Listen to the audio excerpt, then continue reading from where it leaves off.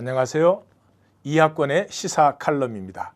지금 우리는 10회에 걸쳐서 성경에 있는 것과 오늘 기독교가 하고 있는 것의 차이점이 어떻게 그런 차이점이 생겼는지, 또 그런 차이점 속에서 어떻게 하면 복음의 본질을 우리가 계속 유지할 뿐만 아니라 땅끝까지 또 나눌 수 있는지를 나누고 있습니다. 오늘은 세 번째 시간으로 예배에 대해서 나누도록 하겠습니다. 전 세계의 예배 의식은 거의 비슷합니다. 가톨릭이 되었든지 동방정교가 되었든지 개신교가 되었든지 캅틱 교회가 되었든지 러시아 정교가 되었든지 거의 한두 개가 차이가 있을지 모르지만 이 예배 의식은 비슷비슷합니다. 이러한 예배 의식은 언제 생겼느냐? 6세기에 생겼습니다. 6세기에 아주 위대한 개혁자 교황이 들어서게 됩니다. 그레고리 더 그레이트, 그 위대한 그레고리 교황이라고 불리는 이러한 분이었어요. 이분 상당히 존경할 만하고 개혁적인 분이시고, 그 당시 이미 6세기가 들어왔을 때 교회는 굉장히 문란해져 있었습니다. 예배 시간은 혼란스럽고 또 질서가 없고 이런 모습들이 있었습니다. 근데 이 그레고리 교황은 그레코 로망, 우리 그레코 로망 문화 그러죠. 서양 문화의 그 뿌리를 그레코 로망 문화의 그 철학적, 문학적 대가였습니다. 그래서 이 문란하고 질서가 무너진 예배를 바로잡기 위해서 그레코 로망 그 신화에 나오는 환생 의식, 또 이데아 사상, 땅은 그림자, 하늘에는 진리, 그 다음에 그 그레코 로망의 신비주의, 이런 것을 미사에 도입을 시켰습니다. 교육을 시키고 조직적으로. 그렇게 해서 미사 전체가 정숙함을 회복하게 됐습니다. 그러니까 공로도 있죠. 그것을 위해서 이때로부터 제사장 가운, 지금 우리 성직자들이 입는 가운이 그때 들어왔습니다. 물론 로마의 공직자의 가운을 그냥 카피해서 떠온 거죠. 향, 성수, 홀리워를, 그 다음에 촛불, 이런 것들이 들어오고 로마법에 기초한 교회법을 작성을 했습니다. 그리고 그때로부터 로마 감독을, 이때까지는 교황이 없었습니다, 사실은. 근데 로마 감독은 다른 지역의 감독보다 중요하다, 그런 건 있었죠. 그런데 이때 로마의 감독은 베드로와 바울을 계승한 것이다, 이래서 교황이 됩니다. 교황이 되고 폰티푸스 맥시무스라고 하는 타이틀을 쓰는데, 교회의 가장 중요한 분이 이방 종교 제사장의 타이틀을 쓰기 시작한 것이죠. 이렇게 그레고리에 의해서 이 만들어진 예배가 1000년을 유지됐습니다. 1000년을 유지되다가 1520년에 마틴 루터가 영성체를 공격하죠. 그때까지 미사라는 것은 설교 중심이 아니었습니다. 이 성만찬 중심이었습니다. 그래서 그 사제들이 떡을 뗄 때는 이 떡이 주님의 살로 바뀐다. 실제로 그 잔을 나누어 줄 때는 사제가 축사할 때 이 포도주가 피로 바뀐다. 이런 영성체, 그 루터가 이제 그걸 지독하게 공격을 했습니다. 그런 우스운 소리 하지 말라는 거죠. 그러면서 그 모든 것이 말씀을 모르기 때문에 이런 일들이 일어나고 있다. 그래서 이제 성도들에게 말씀을 가르쳐야 된다. 그래서 말씀 회복 운동이 사실은 개혁 운동입니다. 그래서 그럼에도 불구하고 종교개혁 이후에 바뀐 것은 별로 없고, 바뀐 게 딱 하나입니다. 이 전에는 성만찬 때가 위에 있고 강대상이 밑에 있었습니다. 이제 개신교는 설교단이 위로 가고 성만찬단이 밑으로 온 것, 그거에는 사실은 바뀐 게 없는 거죠. 그리고 여전히 성만찬으로 행하고요. 그것이 캐톨릭이 행하던 것의 축소판이었습니다. 여전히 성도들은 성직자가 인도해 나가는, 또 연출해 나가는 그런 의식에 수동적 참석자고 관람자일 뿐이지 예배의 주체로 회복이 사실은 되지 않았죠. 그래서 이론적으로는 만인 제사장직이다. 교회는 건물이 아니고 회중이다. 이런 것을 계획이 선포했지만 성직도 그대로 유지되었고 예배 의식도 그대로 유지되었고 성찬도 그대로 유지되었습니다. 그래서 사실은 청교도들은 그것에서 이제 한 걸음 더 나가려고 성상도 폐지하고 가운도 다 폐지하고 그 다음에 이제 자기 설교하기.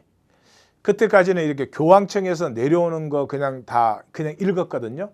그래서 종교 교육이 된 후에도 자기 설교보다는 그 유명한 개혁가들의 설교가들을 그걸 읽었습니다. 예, 그런데 이제 청교도들은 아니다. 자신이 받은 하나님의 말씀을 나누어야 된다.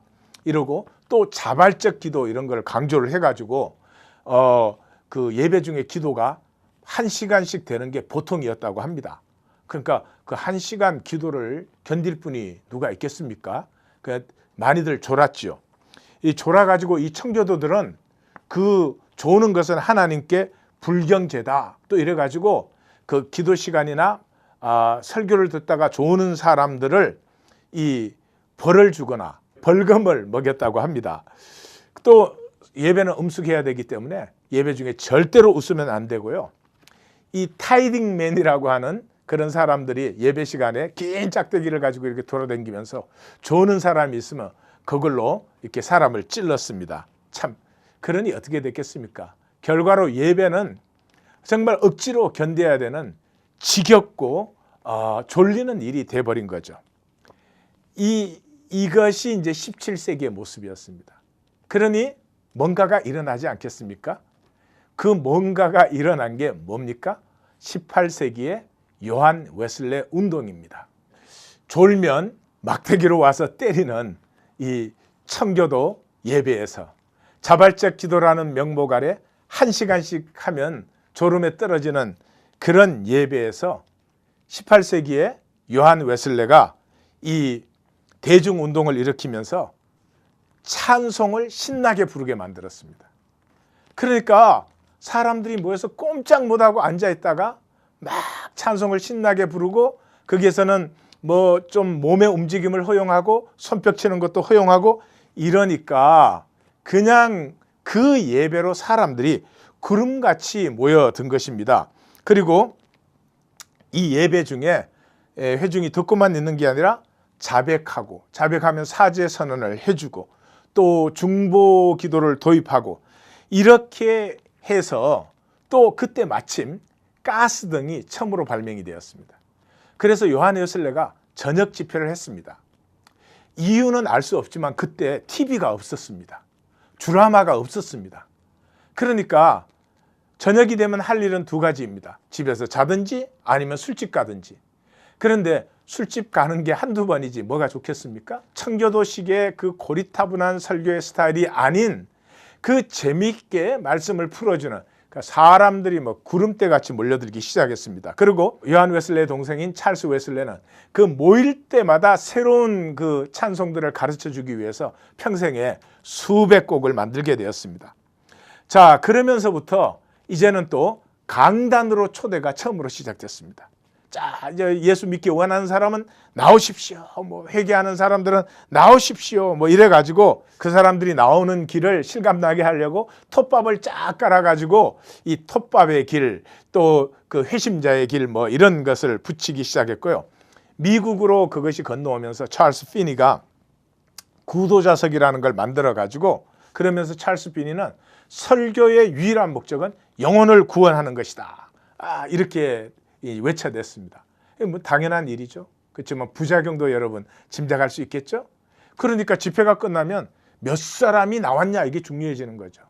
그러니까 영혼 구원을 많이 할 수 있다면 모든 방법이 정당화가 되기 시작하는 것입니다. 그래서 성령의 감동이 아니라 인간의 방법들이 이제 들어오기 시작하는 것입니다. 그것이 이제 무디 시대에 들어오면 이제 더 이게 좀 제도적이 되는 거죠. 말씀이 딱 끝나고 나면 성가대가 찬양을 쫙 하는 것입니다. 나 이제 주님께 이러고 그 성가대 찬양이 나올 때 콜링을 하는 것입니다. 예, 구원받고 싶은 사람은 나오십시오, 나오십시오. 이러면 그냥 나오면 결신 기도를 해주고 결신 카드라는 것이 무디 때 생긴 것입니다. 그리고 무디 때는 또 이 음악 사역자들이 같이 있어가지고 그때 복음성가가 만들어져서 사람들이 신나게 기쁘게 부르기 시작하는 그러한 이 찬송 운동. 역시 그때도 저녁에 엔터테인먼트라는 건 술집 외에 없을 때입니다. 그러니까 그런 시대적 그 요청에 이런 운동은 잘 사실은 부응한 것이죠. 그렇게 해서 그 다음에 나온 것이 오순절 운동입니다. 펜타코스탈 무브먼트죠. 펜타코스탈 무브먼트에서는 이제 거기서 한 걸음 더 나가죠. 손뼉을 칩니다. 율동을 합니다. 일어나서 춤을 춥니다. 뿐만 아니라 이제 요란한 박자들이 들어오기 시작해서 오순절 운동을 탬버린 운동이다 그렇게도 부릅니다. 탬버린을 막 신가 거기서부터 이제 기타, 드럼 뭐 온갖 것이 다 들어오죠. 뭐 그런 것을 사용하는 것 자체가 뭐 좋다 나쁘다 그런 얘기는 전혀 아닙니다. 뿐만 아니라 회중들의 더 적극적인 참석을 유도하기 위해서 방언도 허용하고 예언도 허용하고 뭐 잠시지만 그리고 이 오순절 운동에서 특순이라는 것이 생깁니다. 이 오순절 운동에서 퍼스널 세이비어, 예수님을 나의 퍼스널 세이비어로 나는 받아들입니다 하는 게 시작됐는데 이건 신학적으로는 아주 안타까운 일입니다. 개인의 구주라는 것 없습니다. 주님은 우리의 머리십니다. 우리의 주님이 되셔야지 나는 구원받았다. 너는 어떻게 되어도. 이게 굉장히 위험 요지가 많은 그런 이 언어가 이때 들어온 것입니다. 제가 뭐 2000년 역사를 간단히 말씀드렸지만 예배라고 하는 것을 보면 종교의식이 되었고 종교의식이 되면서 성도들이 완전히 수동화된 관객이 되면서부터 사실은 예배의 본질적 다이내믹이 사라진 상태에서 이 예배의 본질적 다이내믹을 향해서 점점점 성령님이 인도하고 계시는 것을 볼 수 있습니다. 이제는 그런 시간에 이르는 것 같습니다. 이제는 전문 성직자가 예배를 연출하고 성도들이 거기에 참석하는 것만으로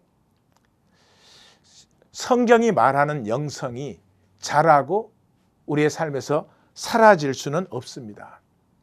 내 스스로가 고백의 주체가 돼야 되고 내 스스로에서 나오는 그 감동과 이 고백들이 가슴을 통해서 나누어지는 그런 예배로 이제는 들어가야 될 그런 시간이 되었습니다.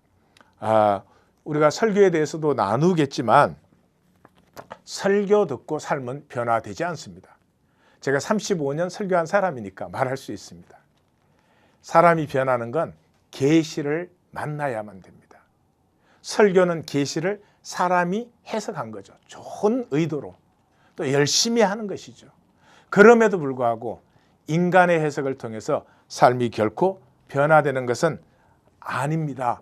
그래서 사실은 이러한 표적들이 보여주는 것은 이제 우리의 예배가 이 전문 성직자의 인도가 있다 할지라도 그 안에서 성도들의 열린 고백과 열린 가슴과 열린 삶이 나누어지는 예배를 향해서 나아갈 시간이 되지 않았나 생각해 보는 것입니다.